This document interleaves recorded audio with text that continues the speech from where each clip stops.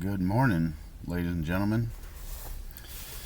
I made this video once before and I said things in it that were way too spicy for YouTube, so I got a warning and video got taken down. So I'm going to do this again, and I'm going to do it short and sweet, and I'm going to watch my mouth.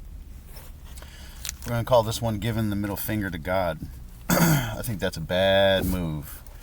I'm not some super Christian person. I'm not here to preach to you. I don't even know that you could accuse me of being a Christian at this point. I did grow up in a family that was a Christian Protestant family. My father was the preacher at the church.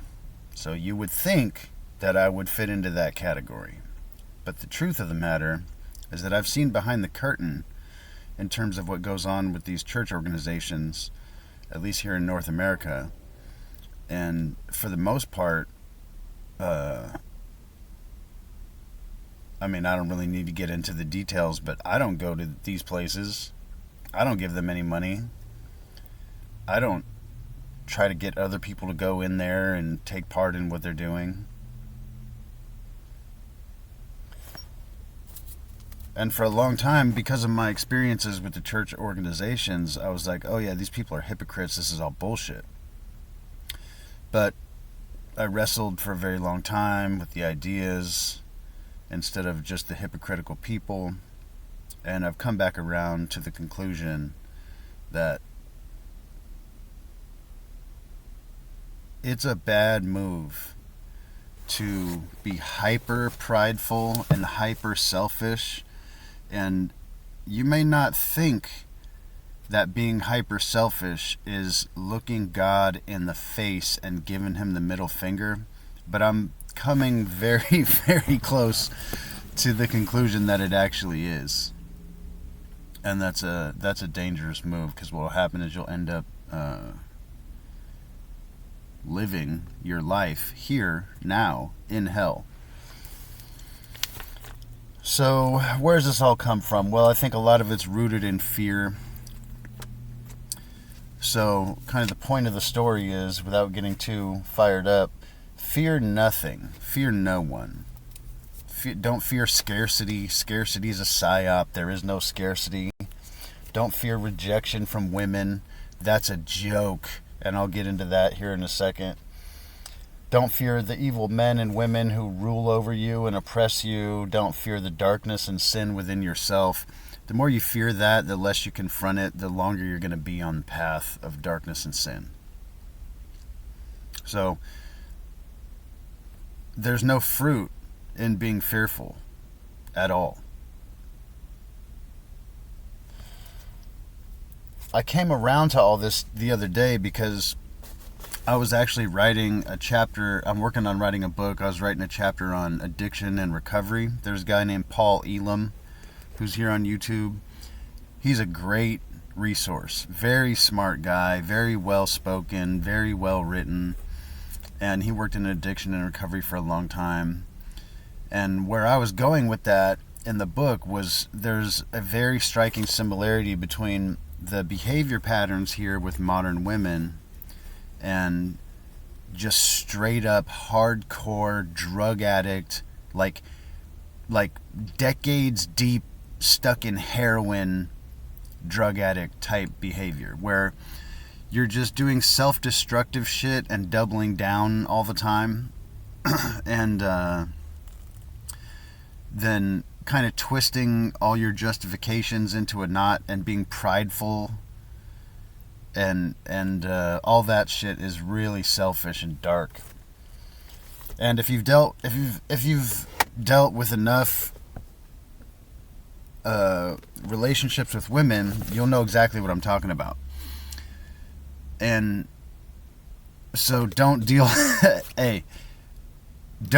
with women like that. Women that you can't tell the truth to, which is going to be almost all of them.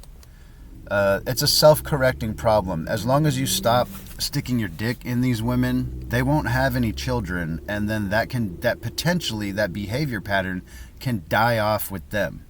I'm not wishing this on anybody. I'm just saying the prescription to solve the problem, you don't have to do anything. What you have to do is stop doing some of the shit that you're doing. So you're actually, the more you fuck and impregnate these chicks, the more you're spending calories, you're spending energy, you're spending money, you're spending time that you do not have to spare to continue this problem that you don't enjoy having. So all you have to do to solve all that shit is pump the brakes, bro. Pump the brakes. Just stop putting your dick in these women, and the problem goes away. Now, it may not go away right here and now this weekend, but if you want to save your children from dealing with that problem, or other people's children, because you may not have any, but if you want to save their children from dealing with that problem, which is an honorable thing to do, then all you have to do is stop sticking your dick in these chicks. So I'm going to run through here some notes real quickly. So yeah, Paul Elam. Shout out to Paul Elam. Big ups to you, bro. There's a guy on YouTube also called Marquette Devon Burton. His channel is The Saint and the Sinner. Smooth black dude. Very sharp. Smart guy. It appears... I don't know the dude, okay, so I can't speak for him. But it appears that he and I probably share some very similar opinions about the whole manosphere thing. And I'll put hashtag red pill in the description of my videos because I want those people to see this stuff. But there is a direction that this red pill stuff has gone where there's like people calling themselves the manosphere that are piggybacking on this, that are hyper disgusting loser types, and the things that they do and say are crazy. I lost my lighting. Anyway, we'll finish this one.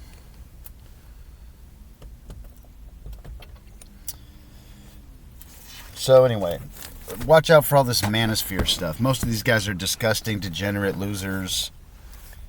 You can tell that from the women that they decide to associate themselves with. You can tell that from the things that they say about people in general and the decisions that they make. So if you're looking at any of that, be sure to look at it with a very, very critical eye. And be careful what you let into your brain with too much acceptance. So anyway, Marquette so beautifully described why it is that you cannot ever allow yourself to be afraid of being rejected by a woman. These people are the most insecure people in the world. They are, it's a joke. Once you see it, you can't unsee it, right? They paint their fucking face. They paint their face. They got fake eyes, they got fake hair, they got fake nails, they wear shoes to make them not so small and weak in appearance. Everything about them is fake. They get plastic surgery on their genitals. Okay? I mean, holy shit, man.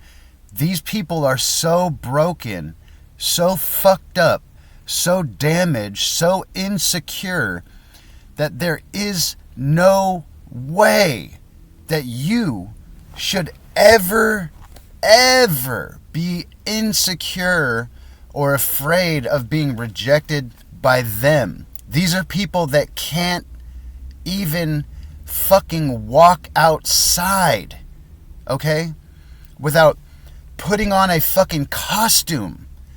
It's Halloween to these 304s every day. Even the ones that are like good girls that go to church. It's Halloween for these hoes every fucking day, okay? So, and just make sure to remind yourself of that. If you ever do get butterflies in your stomach because you're going to approach a woman which most of us don't do anymore, but if you are going to, just remember, this chick thinks it's Halloween, bro. She probably behaves like a hardcore drug addict mixed with a little child. And she don't even know what day it is. She thinks it's Halloween. Now, he didn't say it. Marquette didn't say it all like that. That's me kind of paraphrasing some of the stuff that he said. He went in one of his videos, I don't remember which one, but he was talking about how they wear makeup and all this and how insecure they are. And it's true. It's a great point. Shout out to Rich Cooper. Rich Cooper got a channel called Entrepreneurs in Cars.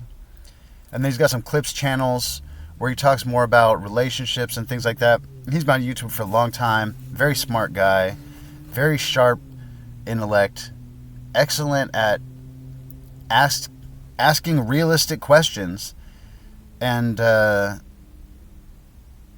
don't know him either, but it appears to me that we would share some very similar opinions about this manosphere stuff, where most of these guys are fucking losers.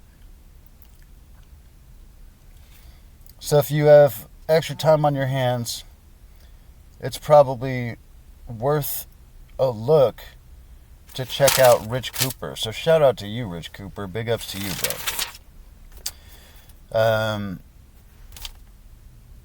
So let me go back here to part of this addiction and recovery chapter that led me to kind of connect some of the modern woman behavior patterns to this. A lot of it has to do with social media, but you can't just blame shit on social media, because everybody's actually responsible for their own decisions and behaviors. What's crazy is that the social media use, there's many studies about this you can look into, but the use of social media, particularly Facebook, is directly connected to a increase in depression and mental illness. So the more time you spend on social media, this all goes without saying at this point. Everybody knows this shit. The more you're on social media, the more you're on Instagram, the more you're on Facebook, the more comparison is going to be the thief of your potential joy and satisfaction in your own life. Shout out to a dude named Sean Parker. According to the internet, this guy Sean Parker was the first president of Facebook. I don't know who this dude is either, but God bless this guy, because at least he is strong enough to say to your face what's happening here. And I quote Sean Parker when I say, Facebook was engineered to take advantage of a vulnerability in human psychology. That's what he says. Marinate on that. And then he also says, and I quote, God only knows what it's doing to our children's brains. Shout out to you, Sean Parker. I'm sure he got rich as fuck. And for him just saying those two things to whatever journalist or fake-ass journalist he was talking to that actually published those quotes, bro, I hope some of your sins are forgiven for telling this to the people. Because that's legit. And then, of course, people get on Facebook and all that, and then some scientists start doing some studies, and they start correlating all this Facebook use to depression and mental illness and narcissism and all this crazy shit. And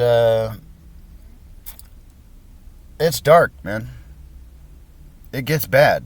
And the more you do it, the worse it gets. So there's the connections to the drug addict behavior and the doubling down and the self-destructiveness.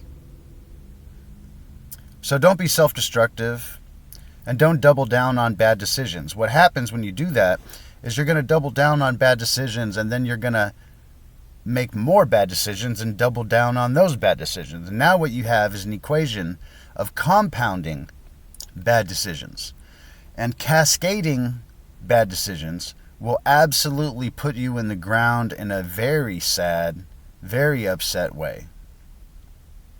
And you do it to yourself. So quit it. So yeah, shout out to all these guys, man. Sean Parker, I don't know you, bro. You're probably some kind of fucking weirdo. But at least you bellied up to the bar and told somebody the truth.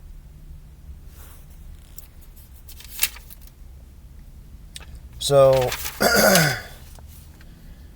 it's very, very important to keep that stuff away from your children. And women are already subject to monkey branching, hypergamy, hyper selfishness. They're built to be that way. And it's your job to save them from themselves. This goes back to the Adam and Eve story. As soon as you start listening to women, it's over, homie. That's a wrap. She doesn't want you to listen to her. She's going to say that to you. That's a fucking lie. It's an absolute manipulation, and it's absolute disregarding of the truth. And it's selfishness, and it's evil as shit. And so, not all women. Okay, if that's how you feel. But everybody, man or woman, has some little bit of evil in there. And you're going to have to make choices not to spread that out into the rest of us in the world. And if you do, then you're the one responsible for it. And if you don't, then good. You're responsible for that too. So props to you.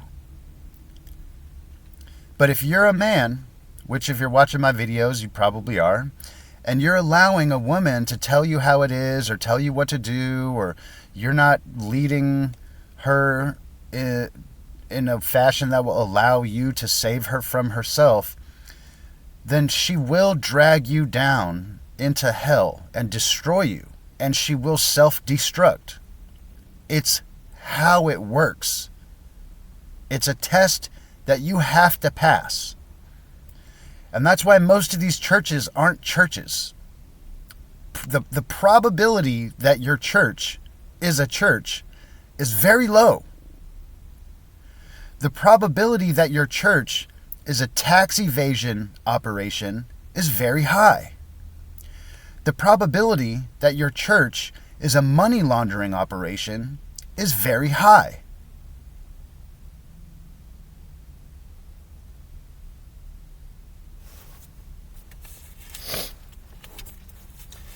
So the passage that I read that was just mind-blowingly excellent was from the book of James. And it says, for where you have envy and selfish... Let me see. For where you have envy and selfish ambition, there you find disorder and every evil practice. I find that to be absolutely true in my life. And this is the things that made me come back around and be like, okay, yeah, the Bible's legit. There really is a God. I don't know. Okay, I don't know how much of the Bible is legit. It appears that it's legit, because the more of this stuff I find, the more of it lines up 100%. So perhaps the people that have opened up these businesses where they build this fancy ass building and they go up on a stage and they make you sit down here, but they want to stand up here, and they like elevate themselves and want to fucking celebrate themselves like some narcissistic I don't want to get this video taken down, so let me tone this down a little bit. Be very cautious, okay, of these people.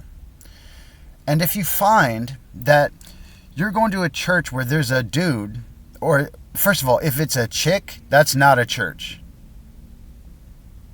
If it's a dude that goes up on stage and tells you that the Bible doesn't say what it means and it doesn't mean what it says, that's not a church. What is it? It's a tax evasion and money laundering operation. Let's keep it real. I've been to more church than you. I'm telling you the inside baseball.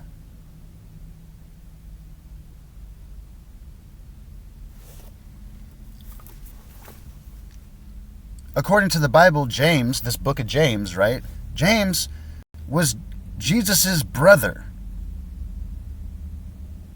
Most of you probably don't even know that in the Bible, according to the Bible, Jesus had brothers and sisters from his parents, Mary and Joseph, right? So technically it would be a half-brother, since it was Mary and, not Joseph, but Mary and God in one way, shape, or form.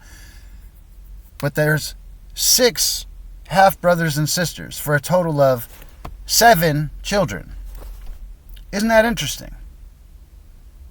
You can go to church your whole life and they'll never tell you this shit. Not going to get into that now, just a data point for you guys. So yeah, the selfishness thing is real bad. And it is giving the middle finger to God. And don't do that. It's not our job to serve wrath upon one another or vengeance. That'll drag you down to hell right here and now in your own life as well. I would hope that all of you could practice forgiveness better than I can, but I'm working on it. So, to me, I got a couple points here and then we'll wrap this up. It looks like there's a snowball that's been pushed, that's going down real fast down the side of a mountain, and I don't know that any of us can stop it. I think probably the way that this plays out is this avalanche has to happen. And so sit tight. Circle the wagons with your family and friends. Make sure you forgive and love and protect one another. And if you can find a woman that isn't going to recoil like a demon from being told the truth, well then potentially there's some value there that you can work on. And if she's going to participate in your plans and go in your direction and ride the passenger seat on your ship, then great. But she will attempt to perform a mutiny against you because that is her nature. That is how she was created by God. She will struggle to take your power from you, and if you allow any of that to happen, you are dead already. You are much better off to drop her off wherever you are when she attempts this and exile her from your life. All right? Don't let these North American modern women destroy you. You are Adam and she is Eve. She is going to try to destroy herself and you. And it's your job to save everybody. Her, you, your children.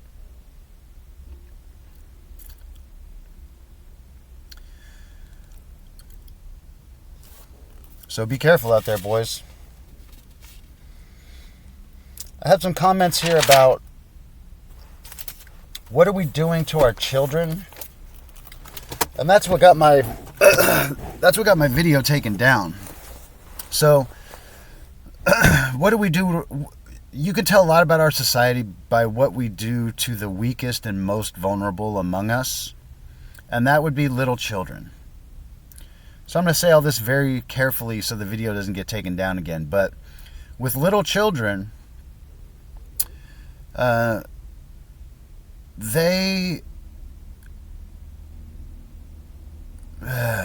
I probably can't say any of this shit, which is wild. Okay, so if they do make it past the most dangerous place in the world for them, which is inside the mother's womb, like, modern women are the most violent, most murderous group of people that have ever existed in the world. Each and every one of them is like a Genghis Khan. All right? If you look at the numbers of babies that don't make it past the threshold of being born, I guess is one way to say it, then I guess the ladies these days like to call it reproductive rights, which is hilarious. But yeah, if a baby does make it into the world, it's very sad and very dangerous what is perpetrated on them right away. And so for young boys, they are subjected to genital mutilation right away. And that, I guess, can be a cultural thing for some people. For other people, it's not. And I would suggest that you be one of those other people where it's not.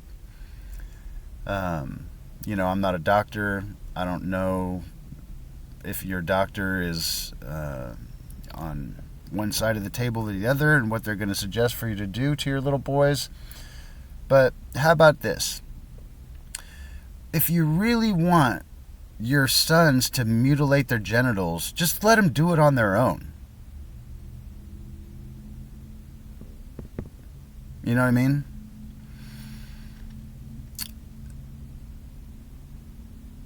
And then if you do any kind of research into the medications, then you're way far ahead of most other people, because most people don't do any research. So I would suggest it's not a bad idea to read about the birth process and all that. You guys get where I'm going with this. So we're going to cut the video there. Much love to everybody. Like I said, shout out to the Saint in the Center, Paul Elam, Rich Cooper, and big ups to the Facebook president from way, way back in the day, Sean Parker. You guys are out there doing God's work, whether you know it or not. None but love, everybody. Have a great day.